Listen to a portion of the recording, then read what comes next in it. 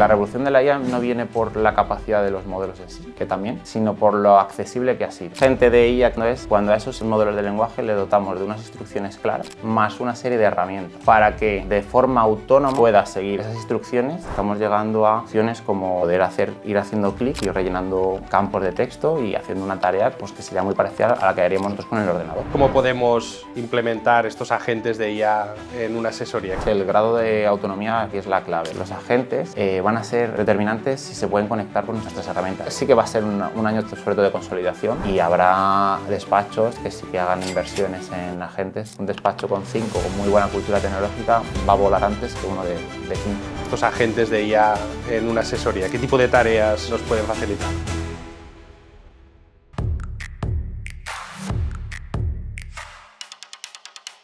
Vamos a hablar de AI Agents, que esto ya es otro nivel, ¿no? Explícanos qué es un AI Agent. Si hemos hablado antes que la inteligencia artificial era sobre todo los LLM que eran capaces, ¿no? de comprender texto, nuestra información. El concepto de agente de IA que se está trasladando es cuando a esos LLMs, a esos modelos de lenguaje, le dotamos de unas instrucciones claras, que eso podría seguir siendo un asistente, más una serie de herramientas, para que de forma autónoma pueda seguir esas instrucciones usando las herramientas de las que se han puesto a su disposición. Entonces eso en concepto es un agente. Hay agentes pueden ser muy pequeñitos, que es, por ejemplo, yo puedo dotar a un LM con una API que consulta el tiempo, y es un agente que si yo le digo, oye, ¿qué tiempo hace en San Francisco? O sea, el propio modelo es incapaz de saber esa información por su entrenamiento. Pero al usar esa herramienta de forma autónoma, consulta, pasa la información, ¿no?, que necesita para hacerlo, obtiene el resultado de la temperatura de San Francisco y me la devuelve a mí en una conversación natural, que yo no me da cuenta. Es un ejemplo muy pequeñito. Lo que pasa es que este 2025 está siendo tan importante el tema de los agentes porque estamos llegando a soluciones como la que presentó OpenAI con Operator, que es directamente que un modelo de lenguaje, bueno, es una combinación porque hay otro modelo especial de uso de computadora, pero sea capaz de poder utilizar, por ejemplo, a través de un navegador, a través de la visión que tienen los modelos, poder ir haciendo clic y rellenando campos de texto y haciendo una tarea pues, que sería muy parecida a la que haríamos nosotros con el ordenador. Entonces, y esto se le sumas que ha salido hace poco, está en beta cerrada, que se llama Manus, que es un agente que tiene un sistema operativo en el que es capaz de almacenar pues archivos, descargarse, generar código. Entonces, los agentes lo que tienden es a que le ponemos una tarea muy compleja, o sea, ya más compleja, ellos planifican cómo deben de resolverla y tienen una serie de herramientas a su disposición. Si esas herramientas son todo un equipo, un ordenador con sistema operativo, con acceso al navegador, con acceso, imaginaros, al RP de la asesoría, pues será capaz de ir llegando, porque al final no nos olvidemos que tienen visión estos modelos, aunque empezaron con modelos de lenguaje, pero ya son multimodales. Bueno, hemos hablado de qué es un AI Agent. Cuéntanos cómo podemos implementar estos agentes de IA en una asesoría. ¿Qué tipo de tareas nos pueden facilitar? Como antes hablábamos, el grado de autonomía aquí es la clave. Es decir, como tenemos agentes que puede ser pues, que tengan un par de herramientas y hagan cosas muy específicas, pues esos tipos de implementaciones suelen ser más fáciles. Que puede ser, por ejemplo, un GPT conectado por ejemplo, a tu calendario para que te reserve las citas. Eso es medianamente sencillo. Pero después pasamos a situaciones en las que necesitamos a lo mejor el control del ordenador, del navegador, o para acceder, por ejemplo, al ERP. Entonces, ahí es donde entran estos sistemas de agentes tan generalistas, tan flexibles, que son como poner en lavavajillas. O sea, yo le digo, aunque se vaya a tirar más tiempo que yo, pero yo le dejo ahí puesto, haciendo lo que tenga que hacer, y cuando vuelva tengo el resultado. Entonces, estamos en un grado de, dependiendo de cómo evolucionen estos sistemas, pues puede ser capaz de hacer la mayoría de las cosas que hacemos.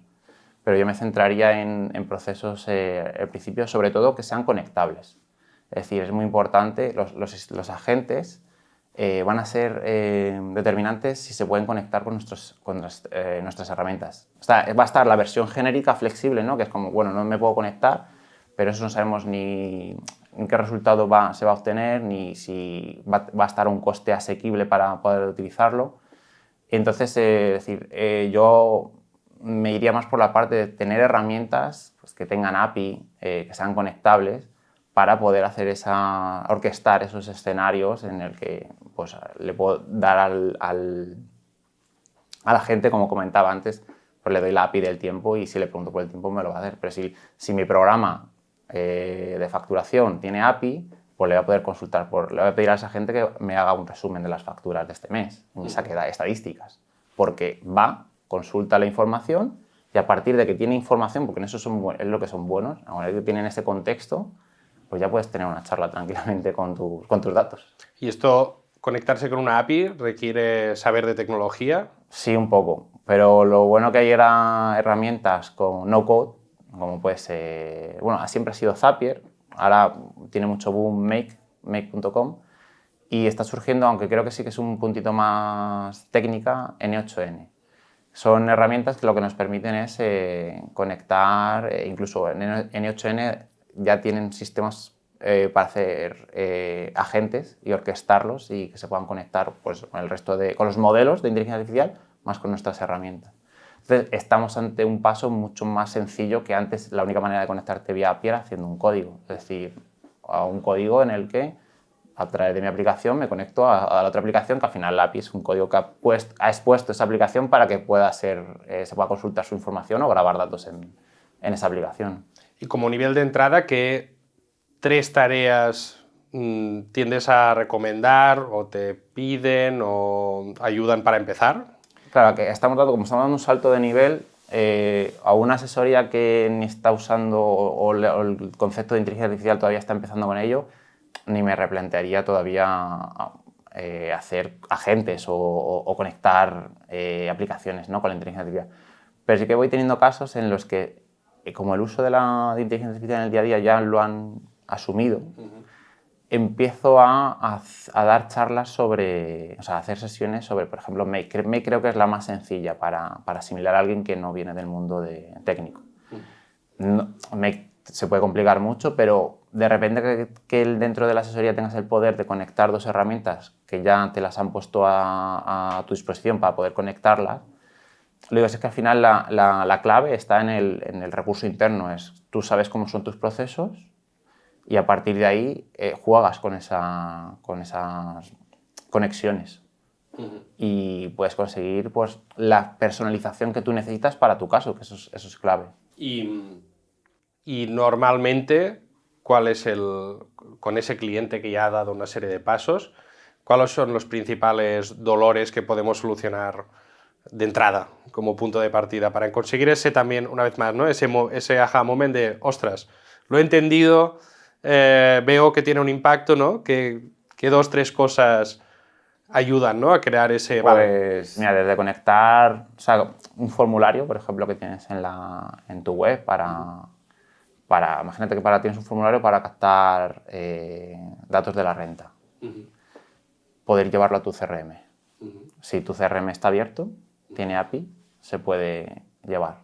E incluso hacer más cosas por el camino, que de repente envíe un email o se cree una tarea. Ya depende de las herramientas que tú utilices, pero se puede hacer casi todo. Por ejemplo, jugar con tus Excels o llevarte lo que tienes en Excel a herramientas como Airtable, que son bases de datos para poder... Igual, es que cada vez que pase algo, se crea un nuevo registro, se dispare algo. Es que son infinitos los casos.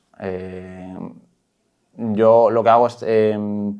me centro también mucho en el análisis de datos, es decir, de resultados, porque a mí me gusta mucho la parte de analítica. Entonces, a partir de tener... imagínate que puedes dejar una carpeta de la nube que quieras, los informes, pues se puede hacer un escenario en el que pasen por ChatGPT o el modelo que sea y te vaya generando un PDF con el relato, ¿no? El análisis, más que ya se envía automáticamente a los clientes. Pero es a partir solo ya de sacar solo las cuentas y dejarlas en una carpeta. Si tuviéramos encima acceso al programa, a los datos, pues podríamos incluso hacer el proceso completo.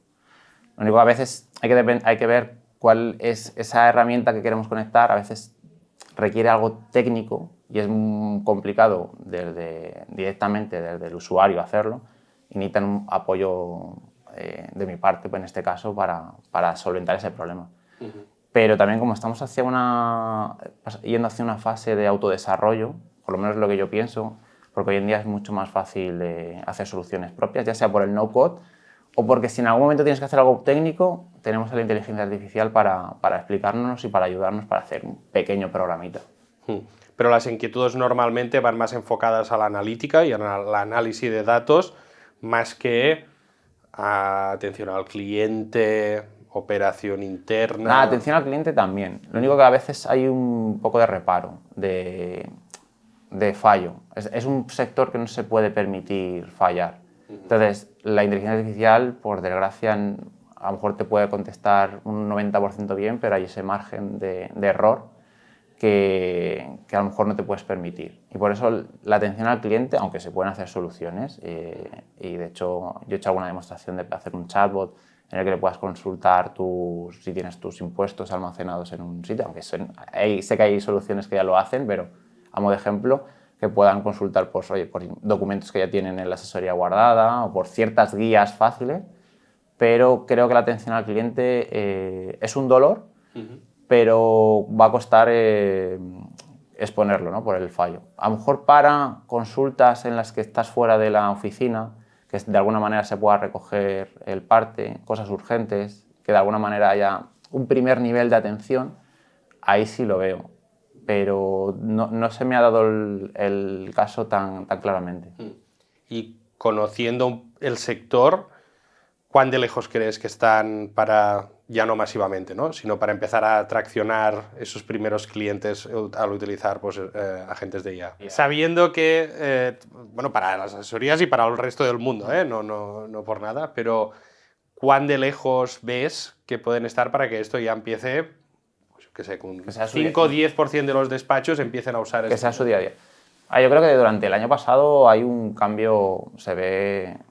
Yo al principio de año preguntabas a un despacho y les sonaba que era ChatGPT porque le había dado la noticia, y a finales de año, o sea, ya en 2025, yo creo que todos, bueno, casi todos, aparte de saber lo que es, a lo mejor han hecho alguna prueba. Entonces sí que está cayendo también por su propio peso, porque como es una tecnología que es tan fácil de usar, a la que haces una pregunta, le ves y le puedes ver el resultado enseguida, yo creo que este año se avanzará mucho. Pero va a depender también de lo que ellos quieran. Yo creo que es más bien un cambio de mentalidad que realmente de esfuerzos económicos o de esfuerzos de poner recursos, más empezar a ver las cosas de otra manera, a ser más productivos. Pero ¿ves más este año de consolidar lo que decíamos, un uso básico de AI y los agentes ya es el siguiente año? ¿O crees que los agentes de IA en lo que sería el sector asesoría van a empezar de verdad a ser implementados, al menos en un 5% de las asesorías? Yo creo que sí que va a ser un año sobre todo de consolidación, de cada vez entrar más en esa rueda, y habrá despachos que sí que hagan inversiones en agentes porque les supongan automatizaciones. También dependerá si el mercado saca herramientas ya con esos agentes implementados, que no tengas tú que guisártelo. Si, pongo un ejemplo, si tu RP de repente incorpora inteligencia artificial y te hace los análisis de balances y demás, pues es que estás automáticamente utilizando la inteligencia artificial sin que tú hayas pasado un poco por el aro de usarla. Que yo creo que casi todas las aplicaciones pasarán por ahí, por evolucionar su programa. Si no, lo veo complicado. Pero incorporando, que los softwares incorporen AI, que ya está pasando, ¿crees que aún tiene valor diferencial el adaptarlo a tus procesos, ¿no? Y al conocimiento, ¿no? Que le vas generando en ese entorno? Sí, porque creo que es complementario. Es decir, porque el programa, aunque potencie con IA las funcionalidades y sea más fácil de utilizar, va a haber siempre procesos que no te los va a cubrir, que y que cada uno, después cada despacho, bueno, en cada empresa hacemos las cosas de una manera y creo que la inteligencia artificial es una pieza que engrasa muy bien para poder ser flexibles y hacer esto, pues, oye, por los datos que puedo sacar de este lado, pues ahora lo hago por este otro sitio que me lo he creado yo a mi gusto y lo proceso de la manera que quiera. O sea, que yo creo que sí son complementarios. Y si nos planteamos usar agentes de IA, ahí ¿crees que sí es obligatorio tener un responsable de proyecto que lo capee? Claro, depende, si estas herramientas son de comprar y usar, es decir, ya está, en principio no. Pero creo que va a pasar, todo esto va a pasar yo creo que por la personalización, o sea, es decir, por la flexibilidad, porque puedas dar también a tus clientes ese grado de personalización, ¿no? de experiencia de usuario para cada uno. Vas a necesitar a lo mejor soluciones adaptadas a tus necesidades, donde no creo que ninguna aplicación, claro, se vaya a fijar en lo que tú haces concretamente. Te puede cubrir muchos de los casos y también a veces es un problema irte a una aplicación tan grande porque cubre muchos casos, hablemos de un CRM súper potente y donde te tienes que adaptar tú más a la aplicación que la aplicación a ti. Entonces sí que yo incentivaría tener una persona o que todo el mundo más o menos vaya teniendo más conocimiento sobre autodesarrollo, con soluciones no code, explorando un poco la IA, cómo podemos hacer soluciones, porque te va a dar un grado de libertad increíble y sobre todo también ahorro de costes. Tener 1000 soluciones diferentes que al final utilizas esta porque me gusta esta parte, esta otra y después es un lío. Y si enfrente tienes 3 despachos, ¿no? Uno que es un autónomo que está solo, otro que tiene 5 empleados y otro que tiene 25, ¿crees que la forma de empezar y desarrollarse tiene que ser distinta? Sí. ¿Y cómo lo plantearías ante estos 3 casos? Los despachos grandes tienen una ventaja que tienen más recursos, por lo tanto también tienen más gente que lo van a utilizar y van a sacar casos más rápido, pero tienen una desventaja con los pequeños que tienen menos flexibilidad.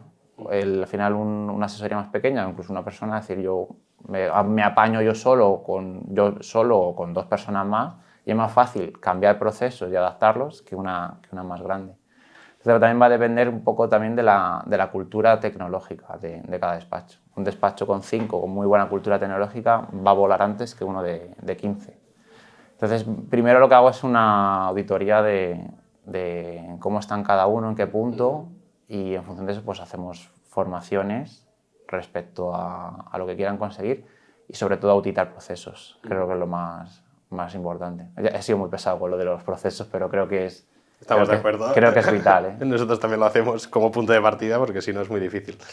¿Y crees que está más cerca de que tenga un impacto significativo el que es 1 o 3 personas o el que tiene 25 personas? Vale. Voy a utilizar una analogía que utiliza un amigo divulgador de IA, que es la revolución de la IA no viene por la capacidad de los modelos en sí, que también, sino por lo accesible que ha sido. Porque la inteligencia artificial antes de la salida de ChatGPT existía, pero prácticamente eran empresas grandes las que contrataban ingenieros de inteligencia artificial, de machine learning, para desarrollar modelos predictivos, sobre todo, para hacer cosas muy concretas. Entonces, esta revolución viene porque es accesible. Ahora, de repente, todos tenemos la capacidad de generar imágenes, generar textos y aplicarlo a lo que necesitamos. Entonces, la analogía que se me iba es que decía que esto es como cuando en una carrera de Fórmula 1 empieza a llover y sale el safety car. De repente todos empiezan a competir con las mismas condiciones. A lo mejor no es tan así, pero se acorta muchísimo la distancia que tiene la asesoría de 2 personas con la que tiene 20.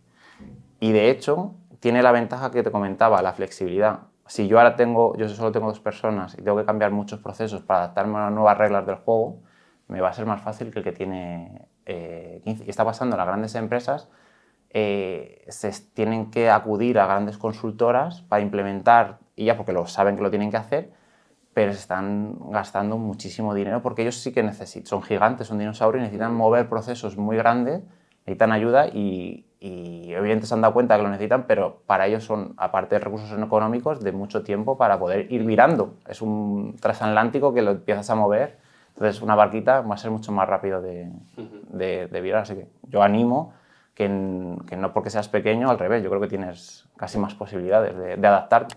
Pues bueno, muchas gracias por todo el tiempo dedicado y por explicarnos toda esta historia. A vosotros. Cuéntanos cómo te podemos encontrar, cómo podemos hablar contigo. Pues mira, me podéis encontrar primero en LinkedIn, en Ricardo García Lobo. Ahí me podéis contactar para hacer cualquier consulta.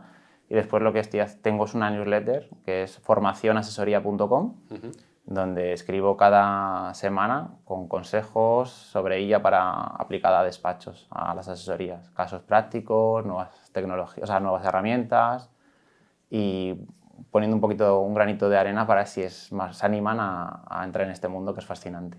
Pues nada, pues a suscribiros todos, que se tiene que empezar por algún sitio y seguro que este es un gran punto de partida. Pues nada, muchísimas gracias por la entrevista. A ti por venir.